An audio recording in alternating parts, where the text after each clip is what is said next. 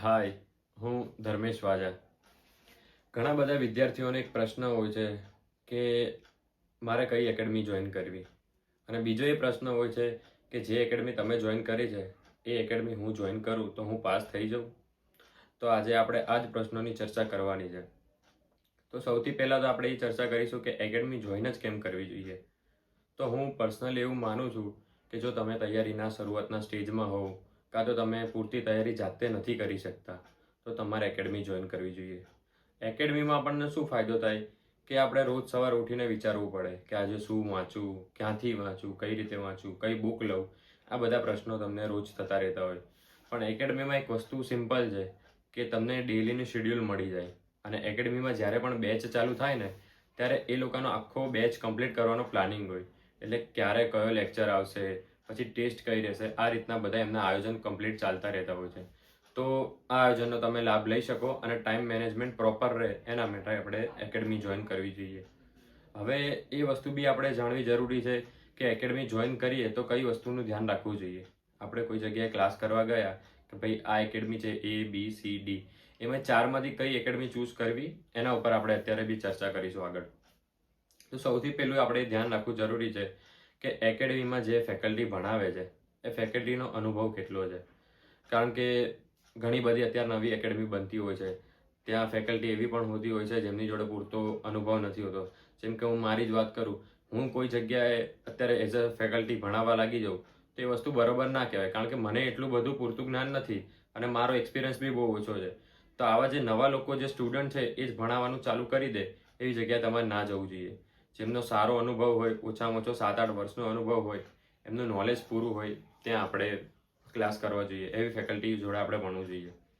પછી બીજી વસ્તુ એ કે અમુક જગ્યાએ કેવું થતું હોય કે એક જ ફેકલ્ટી બધા સબ્જેક્ટ ભણાવે.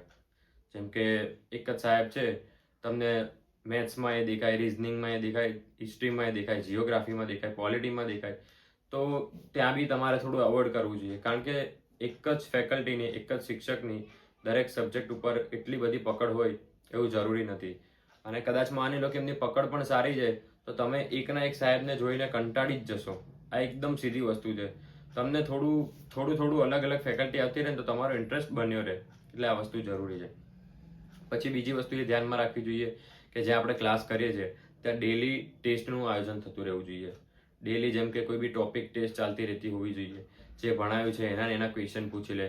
આવી રીતે ડેલી ઓફલાઈન ટેસ્ટ હોવી જોઈએ કે ભાઈ રોજ તમને 20 પ્રશ્ન, 30 પ્રશ્ન એવી રીતે આપવા જોઈએ, અને તમારે OMRમાં ટીક કરી અને એ ડેલી તમારે આપવાની હોય. આનાથી શું ફાયદો થાય કે તમે માની લો કે 6 મહિના પછી એક્ઝામ છે, આજે ડેલી તમે 20 એવી રીતે ક્વેશ્ચન આપતા રહો તો એક તમારો કોન્ફિડન્સ બિલ્ડ થાય. ડેલી તમને ટેસ્ટ આપવાની હેબિટ હોય તો તમને સર્કલ કરતા આવડે, OMR પૂરતા આવડે, નેગેટિવ માર્કથી બચતા આવડે, ખોટું રિસ્ક ના લો તમે. આ બહુ બધા પાસા તમે ડેલી ટેસ્ટમાં સુધારી શકો છો, અને તમને એ પણ આઈડિયા આવે કે કયો ક્વેશ્ચન કઈ રીતે અટેમ્પ્ટ કરવો. જેમ કે માની લો કે આટલા દિવસ તમે ડેલી ટેસ્ટ આપો, મેં ઘણી બધી ટેસ્ટ આપી હતી એટલા બધા મારા અનુભવોની વાત કરું છું. તો અમુક ક્વેશ્ચન તમને એક્ઝામમાં બેઠા બી આવી શકે. આ એક ફાયદો સીધો છે, અને તમારો કોન્ફિડન્સ બૂસ્ટ થાય એ વસ્તુ અલગ છે. અને ત્રીજી એ વસ્તુ ધ્યાન રાખવી જોઈએ કે તમને 5 offline full mock test minimum મળે. 10 આપે તો બેસ્ટમાં બેસ્ટ છે, પણ ઓફલાઈન મોક ટેસ્ટ બી જરૂરી છે. 200 માર્કનું પેપર હોય અને તમે ક્લાસમાં આપો, એક્ઝામમાં આપ્યા પહેલાં તમે 5 પેપર આપી દો ને તો તમારું કંઈક લેવલ આખું બદલાઈ જાય. કારણ કે તમે ઓલરેડી પ્રિપેર છો એક્ઝામ માટે. એનો મતલબ એ થાય છે કે તમે ઓલરેડી પ્રિપેર છો. તો એનું પણ ધ્યાન રાખવું જોઈએ. એટલે આ 3 વસ્તુ જે જગ્યાએ ફૂલફિલ થતી હોય, એક તો સારી ફેકલ્ટી, બીજું ડેલી ટેસ્ટ, અને ત્રીજી વસ્તુ કે 5 કાં તો ઓછામાં ઓછી 10 ફૂલ મોક ટેસ્ટ. જો આટલી વસ્તુ ફૂલફિલ થતી હોય તો ત્યાં તમારે બેચ કરવી જોઈએ.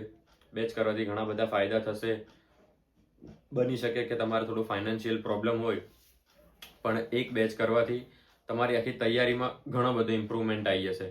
અને એની ફીસ પણ એટલી હોય છે કે તમારી એક જ સેલેરીમાં બધી આખી ફીસ પણ નીકળી જતી હોય. એટલે તમારે વસ્તુ થોડું મેનેજ કરી અને ઓફલાઈન કાં તો ઓનલાઈન બેમાંથી જે બી વસ્તુ તમે કરવા માંગતા હોય તો કરી શકો છો. એટલે અત્યારે તો આપણે આની જ ચર્ચા છે કે કઈ રીતે આપણે એકેડમી જોઈન કરવી ને કયું ધ્યાનમાં રાખવું. આના સિવાય તમારા કોઈ પ્રશ્ન હોય તો મને કોમેન્ટમાં કહેજો. હું ચોક્કસથી એના ઉપર વિડીયો બનાવવાનો પ્રયત્ન કરીશ. અને જો આ વિડીયો તમને ગમ્યો હોય તો લાઈક કરજો, તમારા ફ્રેન્ડ સુધી પહોંચાડજો જે ક્લાસ જોઈન કરવાનું વિચારતો હોય અને ચેનલ સુધીમાં હજી સુધી જોડાયા નથી, ચેનલને સબસ્ક્રાઈબ નથી કરી, તો પ્લીઝ સબસ્ક્રાઈબ કરજો. Thank you.